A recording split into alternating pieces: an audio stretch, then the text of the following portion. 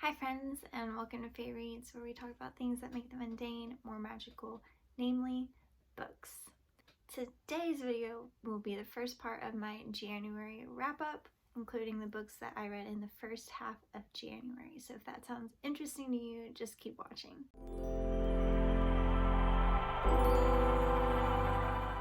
So given that January is the first month in a new year, and traditionally this is the time of the year where everyone resets and sets new goals, it's just a time for starting over and trying to really reflect on improving oneself. I generally like to read self-help books at this time. And I struggle at saying that because I always want to say self-help, like the Miranda Sings book. But I'm not trying to say anything about Miranda Sings. If I say that, it's genuinely just me misspeaking. But I'm going to try to say it correctly. But I'm generally not a huge self-help reader. And I think part of it has to do with the way that I was raised in a pretty religious household.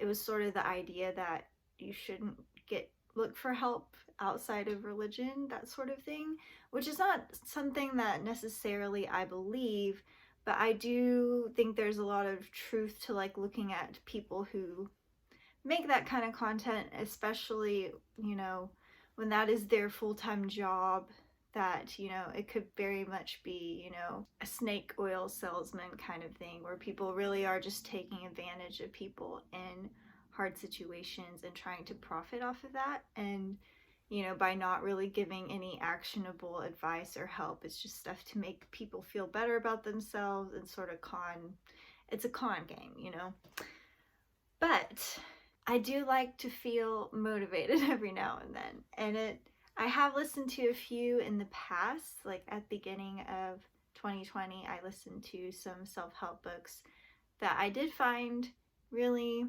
it's not life-changing or anything, but it's just something nice to listen to and something to get you in a productive mindset. And there had been a book that I'd been eyeing for a while, but I never tried it out. And so in the beginning of 2021, I thought it was a perfect time to finally get around to that. And that book is Everything is Figureoutable by Marie Forleo. Marie Forleo, actually, if you recognize that name, she's fairly popular online. She has a YouTube channel and a website and an entire brand. And what she does is she is a self-help person. She is specifically, I guess you would call her a life coach of sorts. I do think she does private, helping individual people improve their lives, but mostly she's a coach for entrepreneurs and people starting small businesses and things like that. And that's totally not my area. That's not something I'm especially interested in, but I was very intrigued by the title, Everything is Figureoutable, because that is something that I personally struggle with and something that I have anxiety with. And if I'm ever in a new situation or I'm trying to do something I've never done before, that's really what triggers my anxiety, which is, oh, I don't know what I'm doing. Oh, I'm gonna look like an idiot. I'll never know. I need some special training for this. I need someone to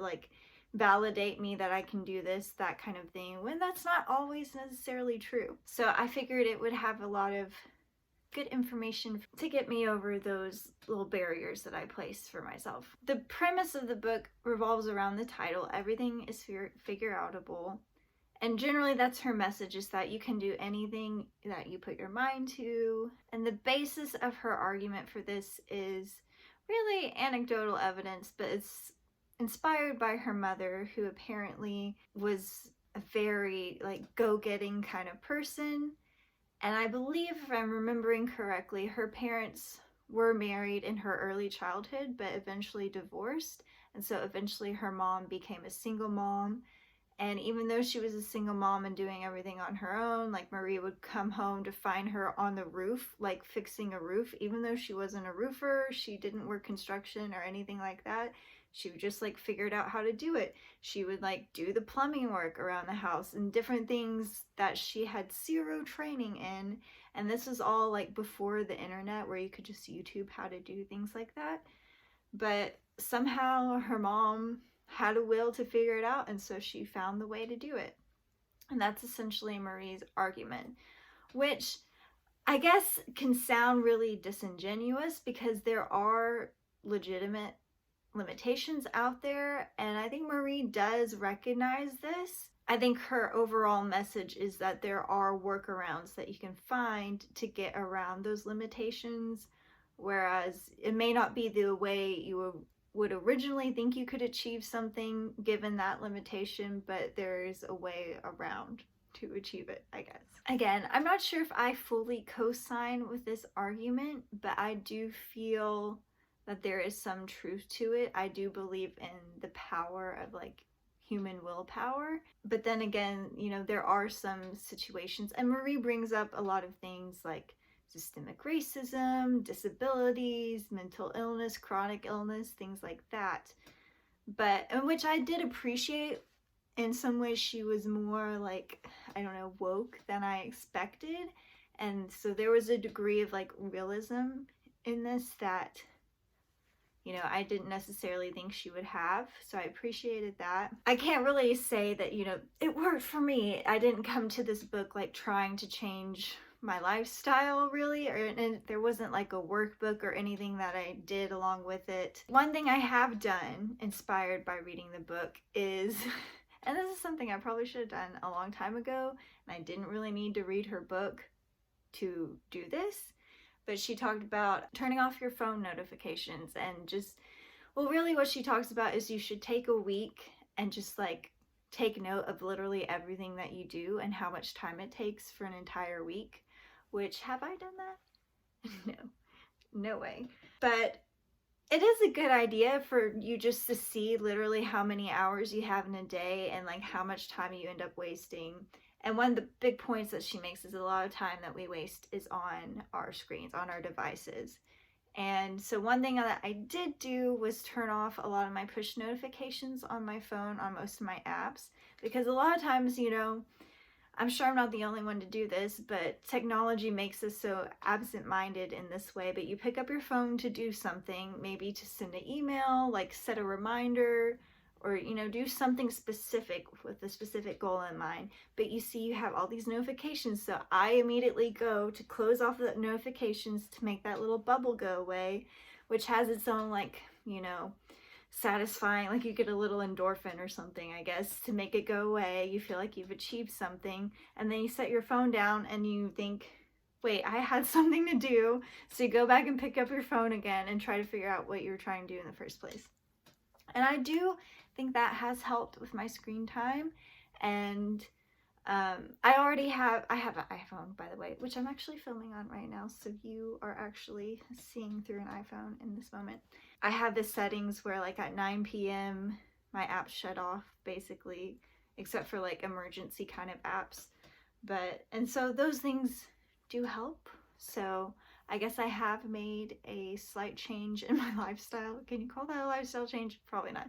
But I have, you know, put forth some of the practices that she mentions in this book. But it was mostly just something for me to change my mindset into more of like a can-do mindset and just start off the new year with some optimism, which I think was sorely needed after 2020. So I found it an enjoyable read, very helpful, very motivating, and for that reason, I gave it 4 stars. The next book I finished was another audiobook, which I don't think I mentioned. I listened to Everything is Figureoutable on audio, by the way. I also listened to All the Single Ladies by Rebecca Traister. What's her name? I think that's how you say it, Traister. I've never heard that surname before. As the title would suggest, this is a nonfiction study of single women living in the United States. I was primarily motivated to read this as a single, unmarried woman in the United States. I am unmarried. I'll go ahead and say that. I don't think I've ever mentioned that in videos. But no, I'm not married. I'm getting closer to 30. I'm closer to 30 than 20, by far. And I live in an area in Arkansas. I mentioned I live in Arkansas before. It's an area where it's very common for people to marry young. Much like other small town, rural areas where there aren't a whole lot of job opportunities and things like that. And really, I don't regret not being married. Like, I don't wish I had a husband or anything. I'm pretty happy with my lot in life, and really, I really like doing things on my own and not having to ask permission for things, or like, you know, not necessarily ask for permission, but just like having to coordinate all my life events around someone else's schedule, and like, you know, just juggling all of that together. But it does get to you sometimes. I mean, especially in the times of quarantine in the last year. And just, you know, it's just a product of getting older. You feel the biological clock ticking, and you feel like it's not something that I'm ashamed of, but it just, I can feel when I realize that people would look down on me for that reason, I start to feel ashamed, even though it's nothing really that I feel about myself. I can see other people would pity me and feel bad for me if they knew that about me. And that's just, I just hate that. I mean, that's just not cool. But it's the way that the world is, unfortunately.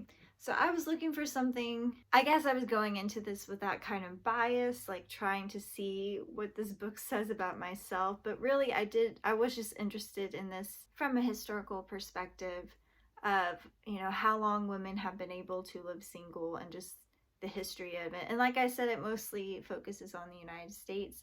It does go into a little bit, like, even further in history, back to like English laws, when, you know, dictating what women could and couldn't do, and whether they were married or not, whether they had rights to whatever, and how that influenced early years in the United States and the shaping of our government. But yeah, it mostly focuses on issues in the US, and I found it very educational, very empowering, and yeah, it really just made me thankful for what I do have. And it's definitely not an anti-marriage book at all. The author interviews a bunch of different single women, and she does like follow-up interviews, and some of the women have since gotten married, and it's not presented in like oh, this person sold out, like, or like this person betrayed us kind of thing. Even the author herself is married, but she did marry later in life. And I do think, I guess you could say the argument the book makes is that it's better to marry later in life, but it's not that said, I don't think it's judgmental of people that do, but it's just very encouraging of people to take things at their own pace and not be forced or rushed into anything. Yeah, it was just really interesting and enlightening read, and since I liked it so much, I gave it 4 stars.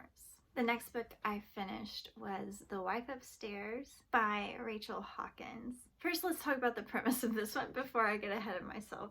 This is a Jane Eyre inspired story about a woman who is named Jane, who is a dog walker in a very upscale, so it tells the story of our protagonist Jane, who is a dog walker in a very upscale sort of gated community neighborhood in the South. It is through her dog walking gig, which sort of turns into her being the sort of errand girl for all the wives in this neighborhood, that she has an encounter with Eddie Rochester, who is one of the husbands in one of the prominent families in that area.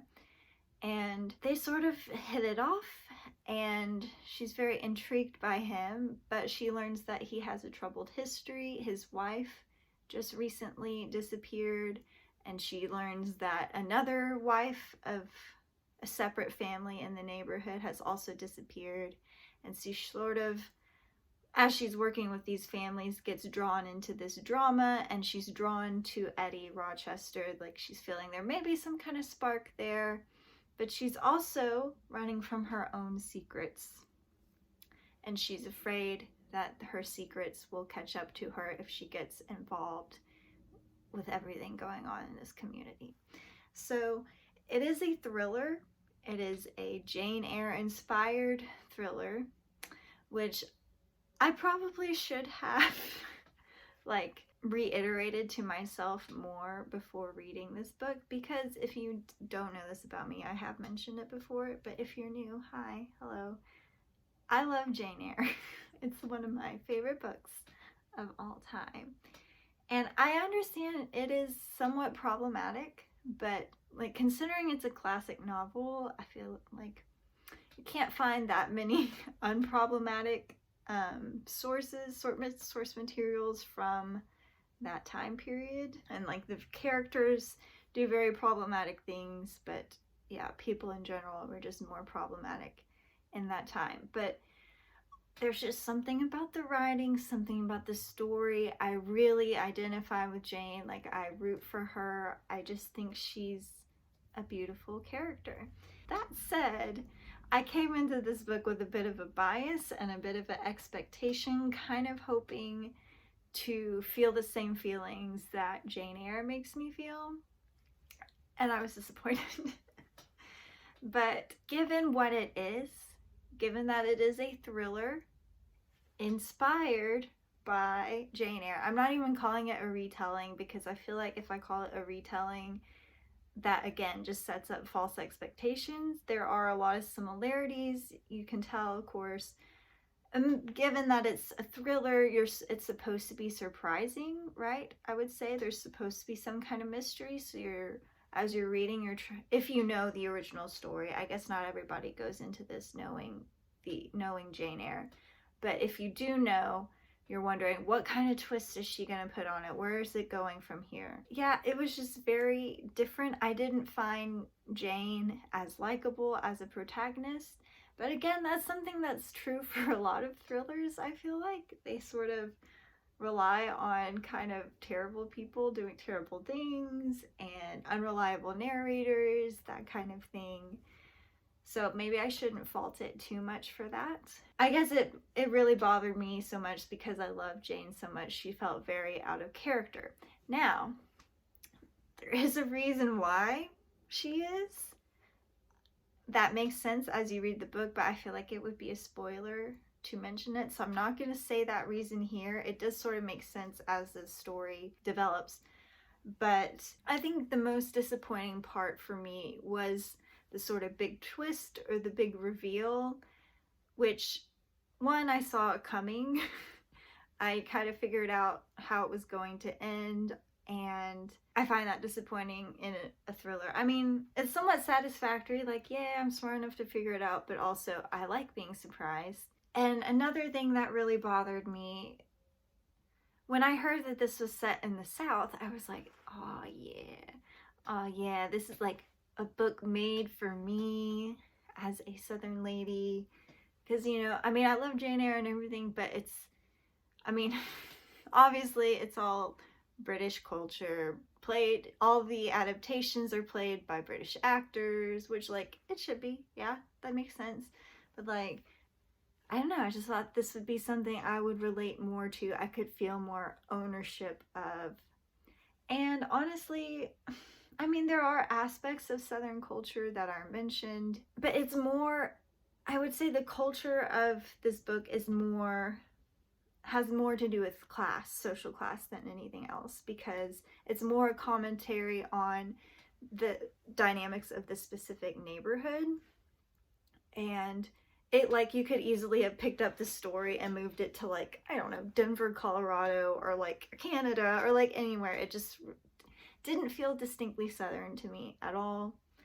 And there are moments where, like, I think it's Jane who says this, or like it's described from her perspective that she's like walking through the house like she's a Southern Gothic heroine. But like, that's like all it is. And it's sort of that aspect of bad writing that's like, I'm going to tell you the tone I'm going for here instead of actually building up that tone and describing what's going on. It just, you can't just say, this is a Southern Gothic book. You have to actually, you know, write it out to be that way. Yeah, for what it is, it's not a bad book. It was entertaining. I read it all the way through to the end. Again, I would recommend that people go into it knowing what it is. It is a thriller. It's not a love story. It's not a gothic novel. I started to say it's not even a mystery because it didn't really feel that mysterious to me. It's just a thriller with names that come from Jane Eyre. People happen to have the same names as characters from Jane Eyre. That's basically it. All that said, I think a person would enjoy it if they didn't have the previous experience that I had. And if you're just a thriller fan, maybe you'd find it more entertaining than I did. But all in all, it was fine and I liked it. So I gave it 3 stars. The last book I finished is a vampire romance that I read on Scribd, and it's called Frostburn by Erica Stevens. This is the first in a series. I believe there's a trilogy centering around this couple, and I believe this is one of those, you know, series or like universes, I guess, where there's multiple kind of sagas of different romances in this vampire world, which is alluded to a lot throughout this book. Our hero and the heroine of the romance. Our hero is a reformed vampire who has this, you know, storied past where he was just this awful, terrible vampire who killed people for sport, you know. I mean, as a vampire, he obviously needed blood to survive, but he made it cruel for fun, you know, the stereotypical evil vampire. And our heroine, when we meet her, she's recovering from a very traumatic event. She has these awful memories of when she was turned. She's sort of a new vampire, but she ends up having these very special powers. And so when the hero comes along into her town and discovers that this lady is a vampire, he's very intrigued by her because of her powers, and that makes him want to get to know her, and sparks fly and everything like that. Of course, it is a romance, but also the more he finds out about her, the more he realizes that she's in danger because there's important vampires in this world that are after her. So it's, you know, one of those situations where it's the two of them against the world kind of thing, and trying to see if they can survive all the challenges of their society and see if love will conquer all or whatever. But it was a lot of fun. It's more of a slow burn, which I appreciate in a romance. I'm anticipating that if I were to read further along in this series, there would be more steamier action going on.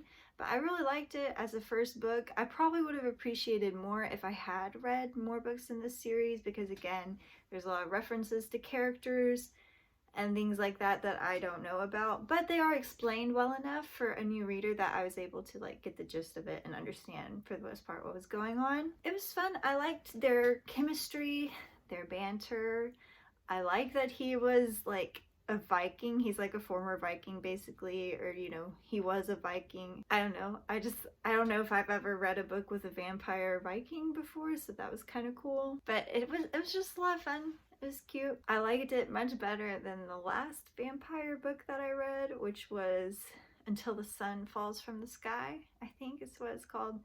This one's much more my speed. The characters, I just connected a lot more with the characters and I understood their motivations a lot better in this one. So I do recommend it if you are into paranormal romance kind of things, if that's your cup of tea. If that's not your cup of tea, you probably won't like it because it's very like standard paranormal romance fare, I would say. But it was fun, so I gave it 3 stars. So that concludes the first part of my January wrap up. I only got around to reading 4 books in these first few weeks of January, but you know, it's been kind of crazy around here. Like politically, there's been some stuff going on. So my attention has been, you know, diverted somewhat, you know, on January 6th, which is, you know, typically Epiphany in the church, a very holy celebrated day, ended up being like not a great day. Life does go on. I am hopeful for the future, and I'm looking forward to reading more books in the latter half of January. So thanks again for watching. I'd love to hear what you're reading or any other updates that you have. If you watched it all the way through, please leave a emoji of the most interesting book that I mentioned, or emojis that have, or leave me emoji clues of your favorite book of all the ones that I mentioned, and we can make a little game out of it, and I can guess whatever book that you're talking about was. And I'll leave mine in the comments below. Thanks for watching. Have a good one. Bye.